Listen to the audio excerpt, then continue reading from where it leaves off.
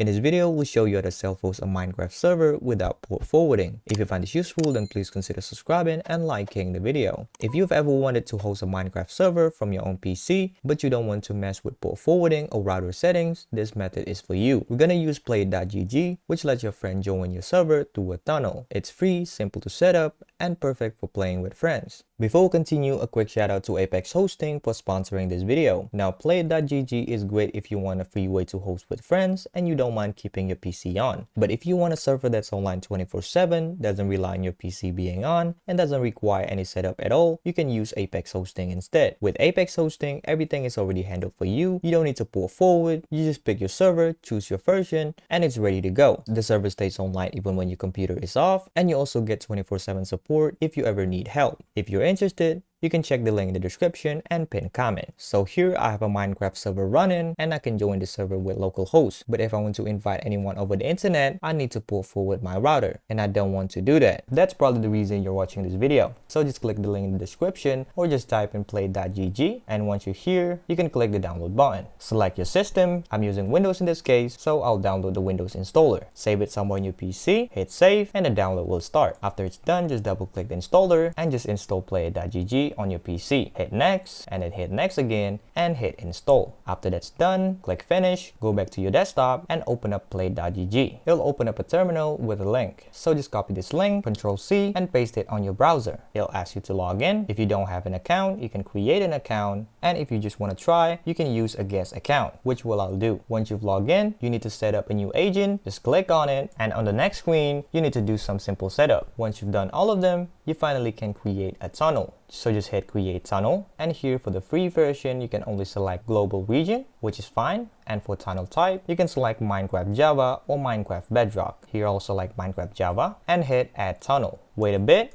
and after a few seconds, play.gg will give you a public address which you can share to your friends for them to join your server over the internet. So now you can launch your server and we can test if it works. From the main menu, go to multiplayer and then click on add server, type in the server name, and for the server address, if you're joining the server on the host PC, you can just type in localhost. But for your friends or anyone who wants to join over the internet, they can use the public IP from play.gg. So you can copy this and then paste it into the server address. And there we go. Minecraft can ping the server without any problem. So let's hit join server. If you do everything correctly, you should spawn into the server. As I said, for your friends to join, you only need to share this public IP and they can join your server. That's it.